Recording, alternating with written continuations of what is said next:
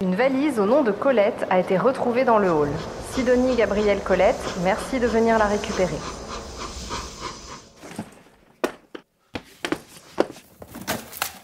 Alors, voyons voir. Dans la valise de Colette, il y a une photo de famille, une robe à col Claudine, une fleur séchée, une alliance, un sac de biscuits pour chien.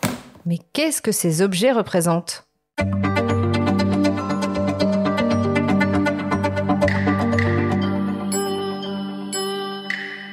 Dans la valise de Colette, podcast L'écume des œuvres, Hachette Éducation.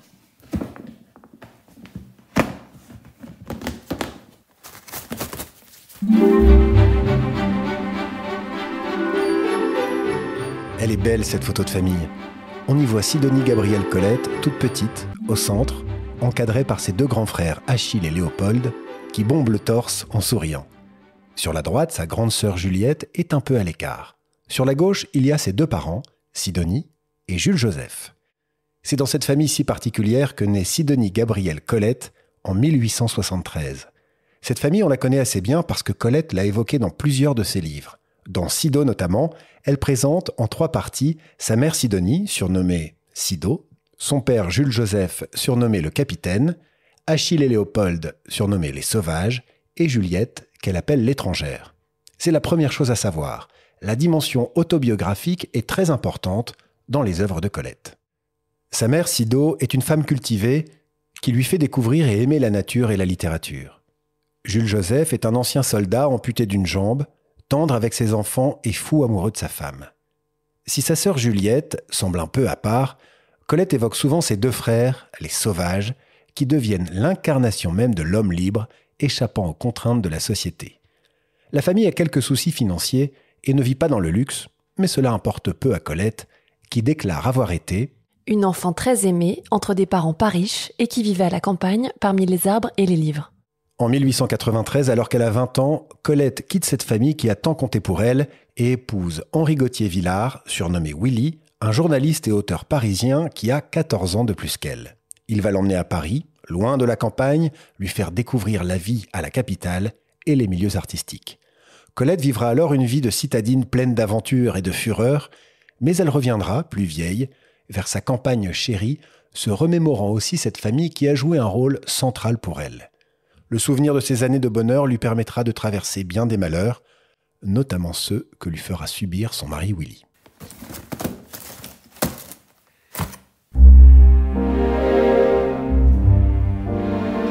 Ce qui nous amène à cette jolie robe au col Claudine. Le col Claudine, appelé col Peter Pan en Angleterre, est un col plat et arrondi, très populaire au début du XXe siècle. Et ce col si célèbre, allez sur Internet si vous ne voyez pas à quoi il ressemble, a été rendu célèbre en France, presque malgré elle, par Colette. Mais revenons-en d'abord à son mariage avec Willy. Il faut savoir que Willy était très connu dans la vie littéraire parisienne. Critique et auteur, il permet à Colette de rencontrer beaucoup de grands artistes de l'époque. Malheureusement pour elle, Willy a 2 gros défauts. Il gère mal son argent et se montre très infidèle. La jeune femme en souffre beaucoup. Se rendant compte des qualités littéraires de son épouse et sentant un bon coup à jouer, Willy demande un jour à Colette de raconter ses souvenirs d'enfance dans un livre. Cette dernière s'exécute, prenant plaisir à écrire et voulant rendre service à son mari, qui signera le livre de son propre nom. C'est en mars 1900 que paraît alors Claudine à l'école, un récit semi-autobiographique dans lequel Colette évoque la vie d'une jeune fille à la campagne, l'école, les amourettes, bref, le quotidien d'une enfant qui découvre la vie, mais dans un style naturel et présentant des éléments un peu sulfureux. Le succès est fulgurant. Le public adore Claudine et en redemande. Willy contraint donc Colette à écrire encore. Sort ainsi Claudine à Paris en 1901, Claudine emménage en 1902 et Claudine s'en va en 1903. Le succès est tel que l'histoire de Claudine est adaptée au théâtre. On vend même des objets dérivés de Claudine et des déguisements sont commercialisés. Claudine devient une figure culte, caractérisée justement par le col Claudine. Alors c'est peut-être moins coloré qu'un déguisement de Wonder Woman ou d'Harley Quinn, mais c'était très stylé à l'époque. Malheureusement, Colette profite assez peu de ce succès puisque Willy s'attribue la paternité de l'œuvre et en touche les droits d'auteur. La jeune femme va pourtant lentement s'émanciper. Elle a pris goût à l'écriture et publie, sous le nom de Colette Willy, Dialogue de bêtes en 1904. Elle devient ensuite comédienne et fait scandale en n'hésitant pas à jouer des rôles à la sensualité assumée. En 1910, enfin, elle se sépare définitivement de Willy, fière d'avoir conquis son indépendance. Cela a tout de même pris du temps, et lorsqu'on l'interrogeait à ce propos, elle expliquait que les nécessités matérielles l'y avaient contraint.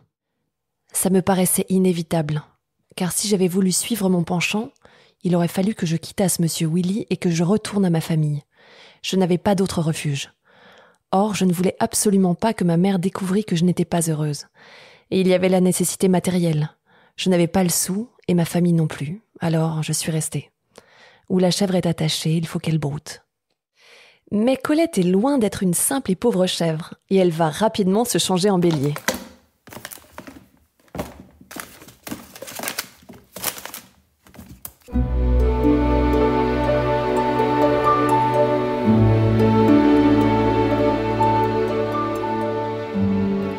Troisième objet, l'alliance, le symbole de l'amour éternel. Enfin éternel, on a dit que Colette avait quitté Willy, donc le caractère sacré de l'amour éternel, il faudra repasser. D'ailleurs, Colette a été mariée à 3 reprises dans sa vie et a eu beaucoup d'amants, hommes comme femmes. En effet, Colette aimait aussi bien les hommes que les femmes et l'assumait pleinement dans ses œuvres, comme sur scène ou dans la vie. Ce sont d'ailleurs ses amours pour la journaliste Madeleine Deslandes, puis pour Mathilde de Morny, qui lui auront permis de s'émanciper de Willy. Elle lui avait promis de ne pas le tromper avec un homme. Techniquement, elle n'a pas menti.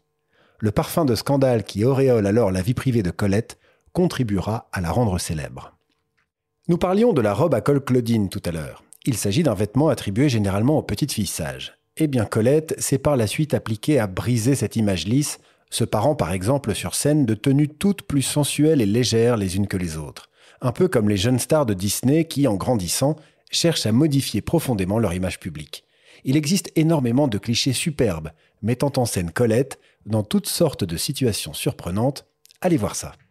Colette vit ainsi intensément de son art et du journalisme. Elle épouse Henri de Jouvenel en 1912. La même année, elle perd sa mère. L'année suivante, elle accouche d'une fille. Bien vite, la Première Guerre mondiale éclate et Henri est envoyé au front.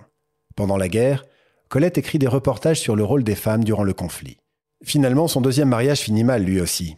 Henri est infidèle et pour se venger, Colette entame une liaison avec le propre fils d'Henri, Bertrand.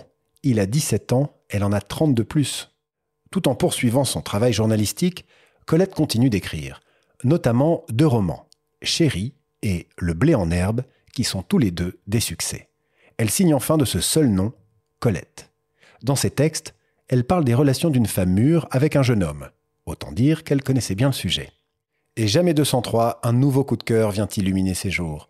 En 1925, elle rencontre Maurice Goudquet, qui a 16 ans de moins qu'elle. Elle en tombe amoureuse et l'épouse en 1935. Il fut son dernier époux. La vie amoureuse de Colette se retrouve évidemment dans ses œuvres. De l'amour pudique mais puissant de ses parents dans Sido, à ses amours publics, en passant par les hésitations de Claudine. Sur 5 tomes, Colette a décrit plusieurs visages de l'amour, de ses balbutiements à sa mort. D'ailleurs, certaines de ses œuvres, comme Julie de Carneillan, abordent de front la question du divorce, encore tabou à l'époque. Car l'amour, comme les fleurs, peut dépérir et mourir. Une transition incroyable vers le prochain objet.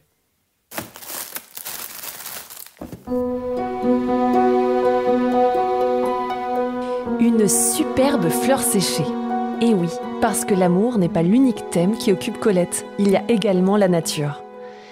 Initiées très tôt par sa mère à l'art de l'observation, les 2 femmes passent des heures entières dans leur jardin de Saint-Sauveur à s'occuper des fleurs, à écouter le vent, à regarder le ciel, bref, à vivre en communion avec la nature. Cette nature, on la retrouve magnifiée dans beaucoup de ses œuvres littéraires. Les vrilles de la vigne, le blé en herbe ou encore Sido font la part belle aux longues descriptions végétales. Le vocabulaire riche et technique montre que Colette sait de quoi elle parle. Cette célébration du monde naturel, déjà présente chez des autrices comme George Sand, devient une véritable poétique chez Colette. À travers les longs paragraphes dédiés au paysage, aux éléments, à son jardin ou à la campagne, Colette dévoile toute l'importance des sens. La vue est excitée par les couleurs, l'odorat soulevé par les odeurs suaves, le toucher intrigué par la douceur d'un pétale, le goût frissonne à la morsure d'un fruit, et l'ouïe s'émeut des chants d'oiseaux ou des baisers de la brise. La devise très journalistique de Colette était d'ailleurs « Il faut voir et non inventer ». Manière de dire que toute la beauté du monde est déjà là, à portée de regard. Et c'est à travers cette vision sensorielle du monde que se développent de grands récits comme Sido ou Les Vrilles de la Vigne. Pour valoriser encore cette nature qui a bercé son enfance, Colette a d'ailleurs recours à quelques techniques bien connues. Un maximum de superlatifs, des hyperboles à foison, des adjectifs mélioratifs, des métaphores évocatrices et le tour est joué. L'embellissement de la réalité est assuré. Même si le sujet initial peut paraître banal, par exemple son jardin, c'est elle qui, par son talent d'autrice, le magnifie. C'est ce qu'elle confesse dans la nouvelle Un jour gris, quand elle écrit « Je t'ai parlé sans doute d'un pays de merveilles, où la saveur de l'air enivre. Ne le crois pas, n'y va pas, tu chercherais en vain. Tu ne verrais qu'une campagne un peu triste. » Une manière de dire que la nature est belle, mais uniquement pour ceux qui savent la voir. Et comme disait George Sand dans son poème « À Aurore », la nature est belle pour qui la voit. Elle est bonne à celui qui l'aime. Et c'est aussi la leçon que partage Colette.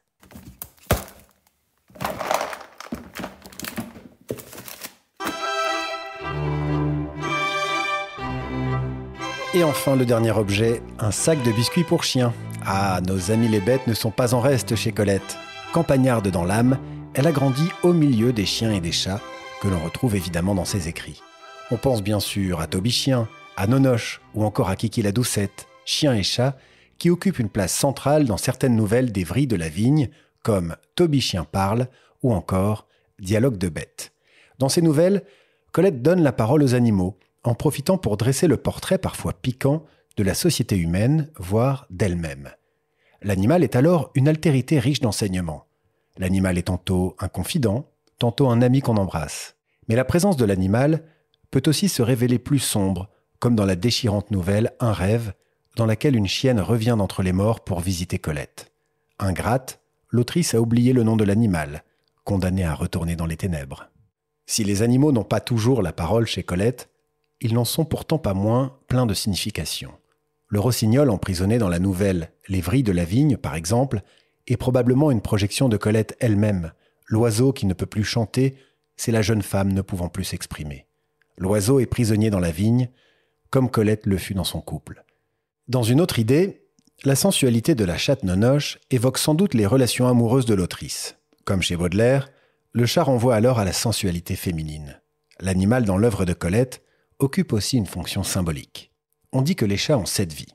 Colette doit tenir du chat, autrice célèbre, première femme à avoir été nommée présidente de l'Académie Goncourt, femme du monde et de la campagne, récompensée par la Légion d'honneur, directrice d'institut de beauté, chanteuse et danseuse, journaliste et actrice, elle mourut en 1954 et reçut des obsèques nationales. L'Église lui refusa une cérémonie religieuse en raison de sa conduite. Malgré tout, et comme Victor Hugo avant elle, la place où elle a vécu porte aujourd'hui son nom.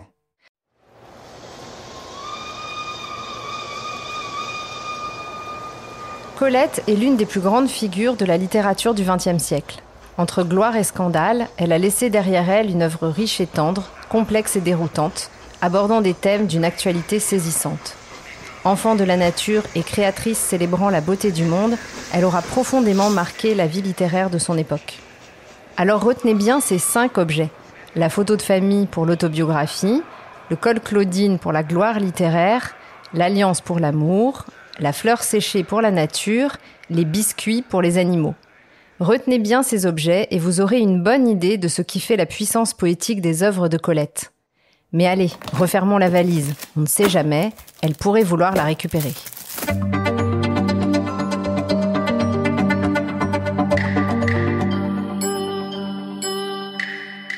Dans la valise de Colette, podcast L'écume des œuvres, Hachette Éducation.